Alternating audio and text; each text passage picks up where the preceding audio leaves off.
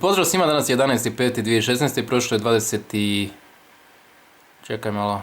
Tjedan do 27 tjedana na Rakutanu. To zvuči baš dosta, 27 tjedana. Znači, idući tjedan će biti 7 mjeseci. I osjećam se super, stvarno. Nemam više ni problema sa leđima, to mi je jako dobro. Nemam problema ni s koncentracijom, znači jedino suhoća usnica i kože lica, a i primijetio sam su mi i ruke isto tako se suše i stvaraju mi se ove pukotine po rukama. Ne znam da li se vidi. Suho je dosta. Mažem i njih sa kremom. Ne daje baš neke rezultate, ali poboljšava situaciju. Bio sam kod dermatologice jučer, nije bila ona moja najdraža dermatologica, bila je njezina zamjena, zato što ona imala valjda nešto iskrsnulo pa je morala ići, tako da nisam mogao popričati s njom onako kako sam htio, jer ona pozna moju cjelokupnu situaciju od početka, tako da je taj pregled, mogli bi tako reći, prošao, bio dosta kratak, prošao dosta brzo. Tako da nastavljam s tih 50 mg, pa ćemo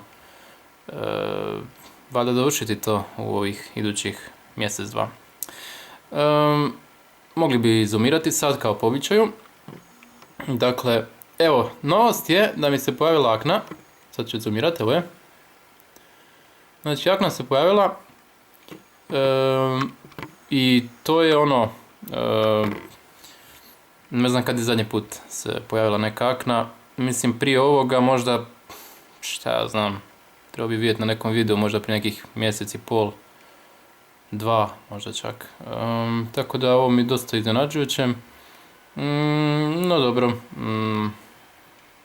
neću istiskivati, nema potrebe.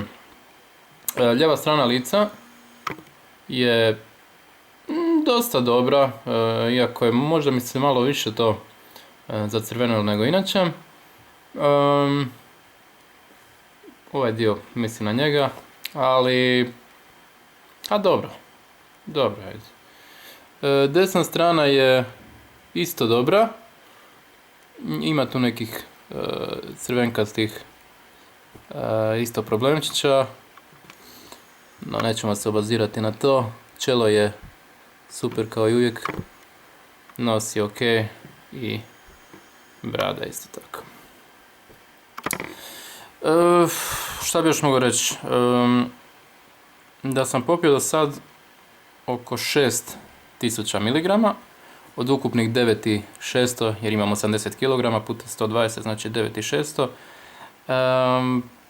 I tako idemo dan po dan, pa ćemo valjda do konačnog rješenja za kojih mjesec i po dva. To je bilo to i pozdravljam vas do idućeg tjedna.